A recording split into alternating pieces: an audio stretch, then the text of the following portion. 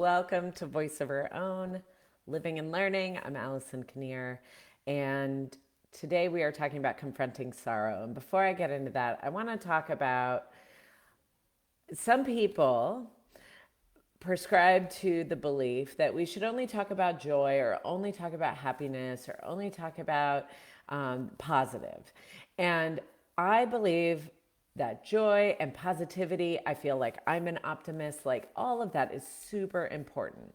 But the reason why I talk about the hard things, the reason why I talk about sorrow, grief, anger, all of these other things is because I don't think we can positive talk our way around the real griefs or the real sorrows or the real injustices that happen. We can't silver lining everything. And the way to joy is often by feeling into the painful stuff. And so that's why I talk about it so much. I probably talk about like grief more than I talk about happiness. And that's only because I know when we can feel into our grief, we are much better able to access our happiness and joy. So just a little precursor there. One thing to know is I'm moving. So I'm doing this sitting down. I will show you my office. Hang on a sec. It is getting ever more empty. I took down all my whiteboards. There is a lot of, and no more couch. There's a lot of empty space happening around here. So, something interesting happened on the way to us packing and moving and things like that. And just so you know, my family, we've been, my kids and my husband and I, we've been pretty positive. We're just chugging along. We're moving along. Life feels very normal. It feels very regular as it normally does. But earlier this week, an incident happened where my daughter was, we had told her we would get her some kind of device to help her communicate with her friends after she leaves. And so she was talking to me about this, and there was a lot of emotion coming up for her. And I was trying to have a conversation about responsibility and technology and some of the concerns and some of the rules that if we were to give her some kind of device, what would that be? And we started kind of going into this circular pattern, and I was like, what is happening? Because we were talking, but we weren't getting anywhere. And I said, hang on a sec. Because I realized what was happening is she was trying to find a way to circumvent her grief, to avoid saying goodbye to her friends. And I see this a lot, how much I or we as a society try to avoid the uncomfortable conversations, to avoid feeling the grief, to avoid feeling the fear or the anger or the discomfort.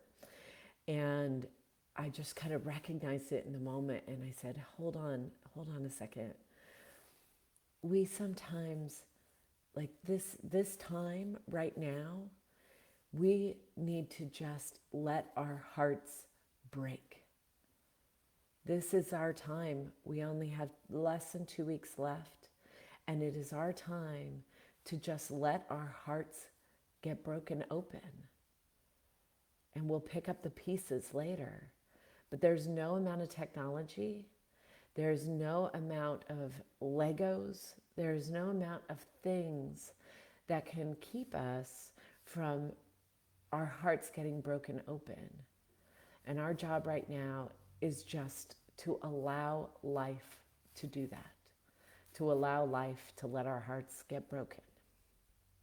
I get teary thinking about it.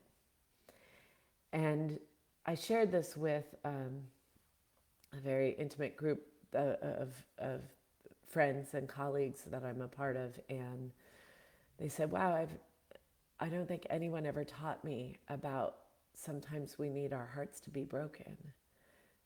That's part of the nature of life.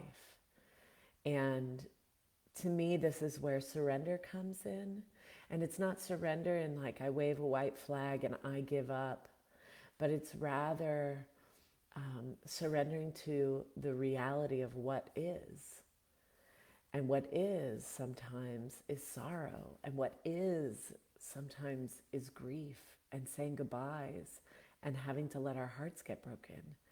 That is part of life. And so when we surrender to it, we don't say, I give up, you do what you will with me, but rather we surrender to, to our hearts getting broken open. And what's that phrase, the cracks are where the light gets in. I know we'll pick up the pieces on the other side. I know there's going to be great beauty when our hearts get broken open. One of the things that strikes me is grief and gratitude. They're almost inextricable. That when we are in grief, there's love tied in there, and that love is tied to gratitude.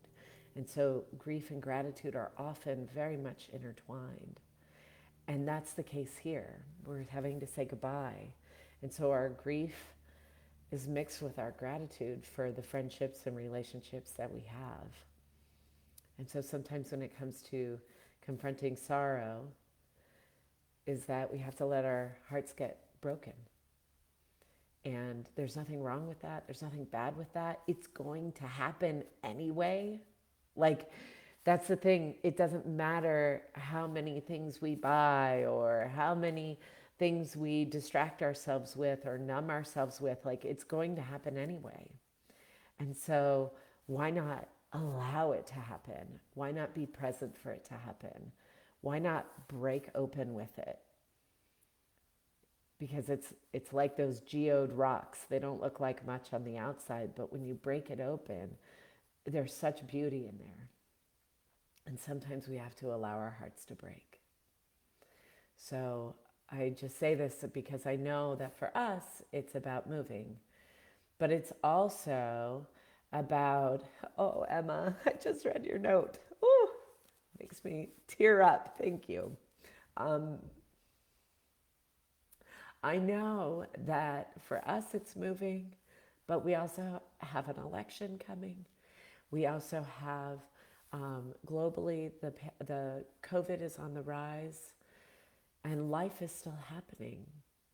And so we can't avoid our hearts getting broken, but we can choose to meet it in a different kind of way.